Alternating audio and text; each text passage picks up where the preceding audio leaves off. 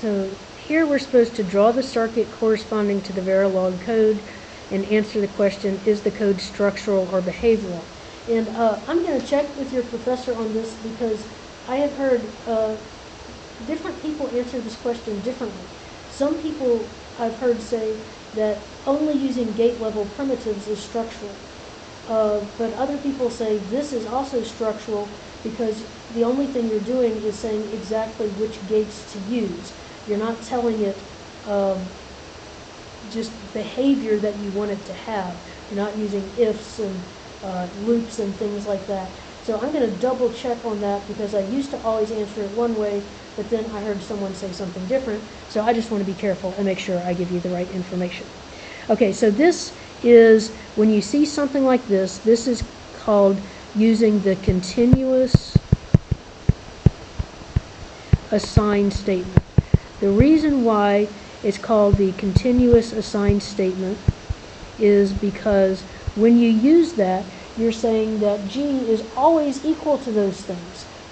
It is set up, you just think of it as the gates that you would set up in the lab, and that's what it is. And so if X1 changes, G changes. If X3 changes, G changes. So it's just the continuous assigned statement. It continually changes. The Verilog tells us our inputs are X1, X2, X3, and X4, and our outputs are going to be F and G. And then I see that I have an AND gate between X1 and X3.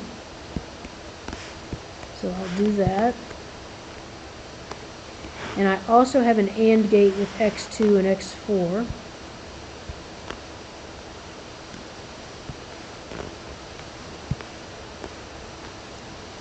And I have that G is the OR of those.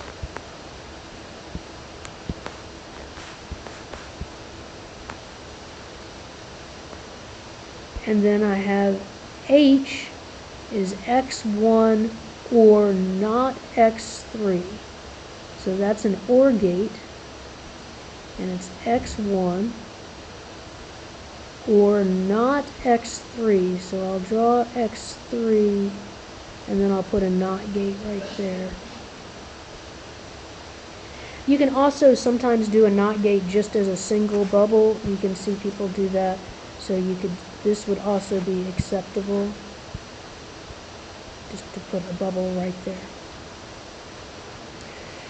Then H has X, oh, that's what I just did. And then I also have not X2 or X4.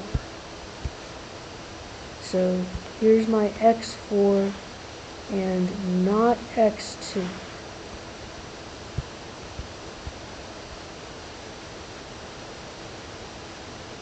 And I'm going to AND those two together,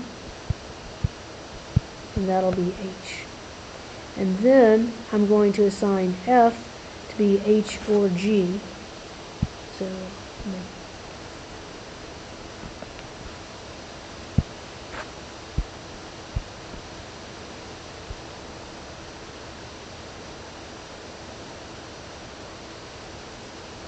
which one was this top one?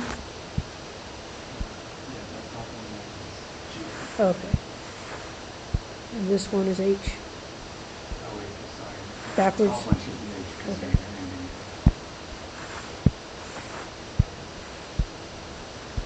And then I OR H and G together, and that gets me F.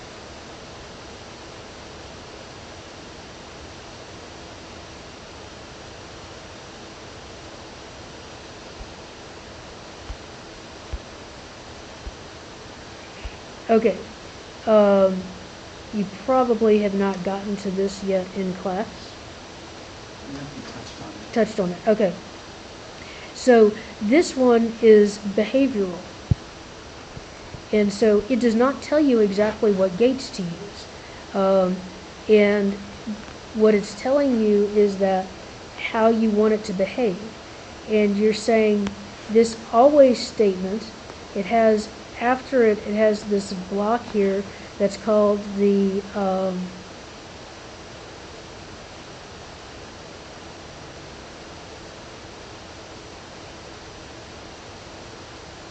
something list. It'll come to me as soon as I stop recording. But what it's saying in here is anytime x1 changes or x2 changes or s changes, do what's in this always loop. But you don't run this continuously like you do a continuous assign statement. Now, you also have, and I'm not sure you've done this, that F has this new distinction right here. It's called reg. And the reason it's reg is because we're assigning it a value within an always block. So whenever you give a variable a value within an always block, then it's a reg. And you can't do it like both in a continuous assign statement outside an always block and then also do it within an always block, because then you're defining it in two different places. And that's not possible because you don't want it to have two different definitions. So what this is saying is if s equals 0, and then you have two equal signs just like you do in other programming languages, if s equals 0, then we want f to be x1, and if s, and the else says if s equals 1, we want f to equal x2. Okay, so let's think about how we could do this. So we just have three things. We have s, x1, and x2. And we want, if s equals 0, we want our value to be x1. So let's try putting a not on here and anding it, and that seems to work. Because if s is 0, that would give me a 1, and the 1 and x1 would give me x1. Else,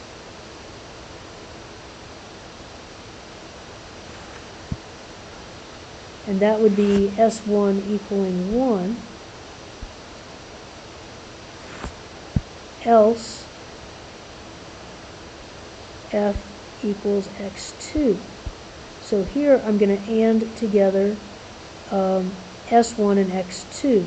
And so if s is 1, then I get 1 and x2, and that gets me x2. And then I can OR these together. Now I also have to check and make sure that I don't get something unwanted. So let's check the values. So if s equals 0, if s equals 0, this is a 1. 1 and x1 is x1. If s equals 0, this is a 0. 0 and x2 is 0. So now I have the OR of x1 and 0. The OR of x1 and 0 is x1. Okay, so that works. Now let's check if s equals 1. So if s equals 1, then the not of s would be 0, and the and of 0 and x1 would be 0, and this s is 1, so that's 1. The and of 1 and x2 is x2. The OR of x2 and 0 is x2, and so else f equals x2. It also is something called a multiplexer that you have not learned about yet. A multiplexer has this very behavior.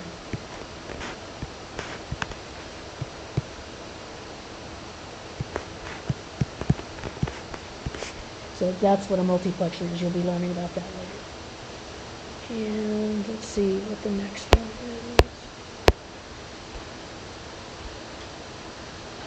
Gate level primitives. Yeah, we can do this one really quick. So use Verilog code to implement this function using gate level primitives. ensure the resulting circuit is as simple as possible. So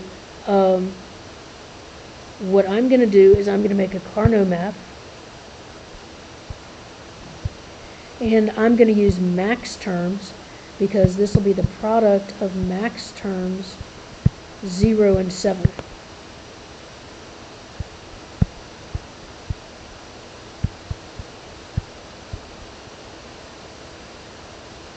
So 0 and 7.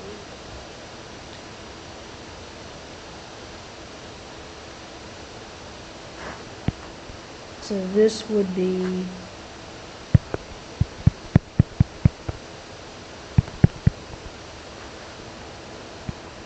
x1 or x2 or x3.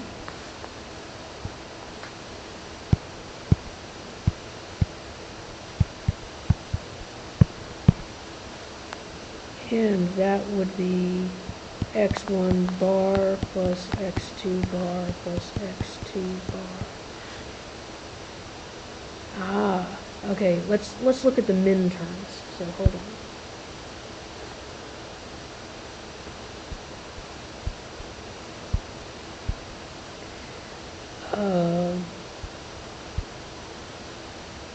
So if I get the min terms,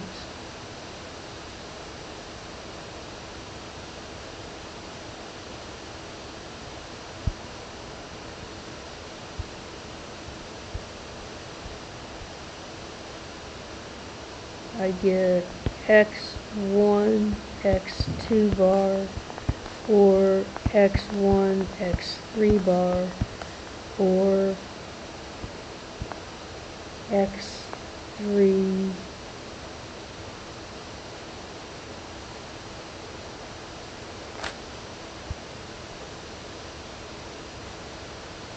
don't know what I wrote these wrong.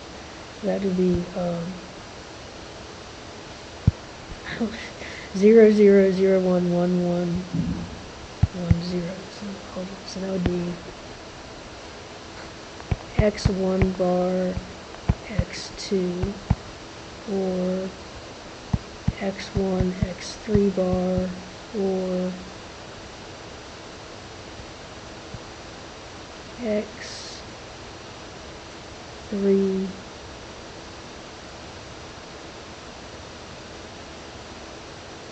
x2 bar.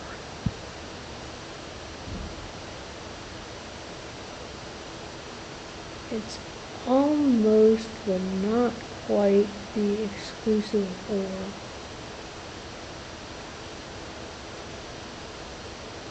Or is it the exclusive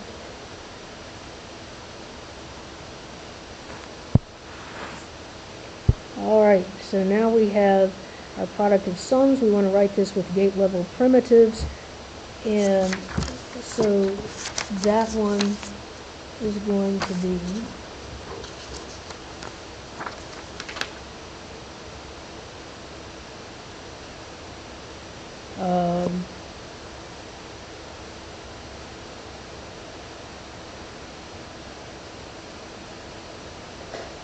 it is the exclusive OR plus something else, but if we don't do that, we would have module problem 263, and our variables are x1, x2, x3, and f, and our inputs are x1, x2, and x3. Our output is f, and we want to assign f equal to, now I'm wondering why I have something different here. Oh, because this is a different function that I'm looking at. Yeah. So I want to assign f to equal to x1, and then I can't write an ampersand. x1 and x2, and that's supposed to be an ampersand, x3, or those are not gate level primitives. Sorry. We want to use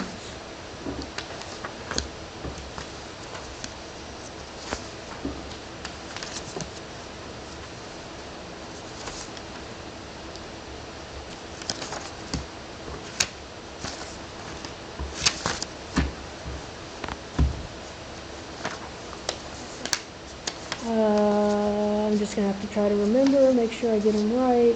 So it is,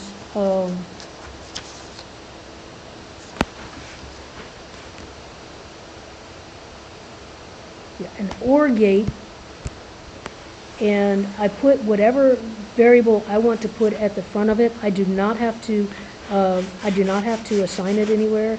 A, comma, x1, comma, x2, comma, x3, semicolon, and then another OR gate, and I'll put B, comma, x.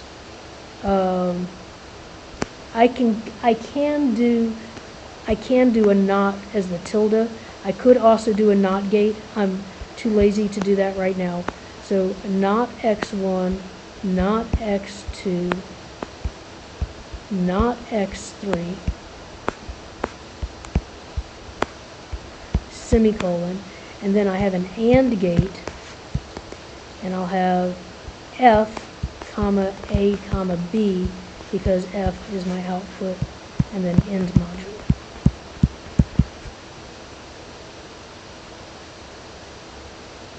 You could, if you wanted to, you could also do, so I could have my first OR gate, OR A, x1, x2, x3,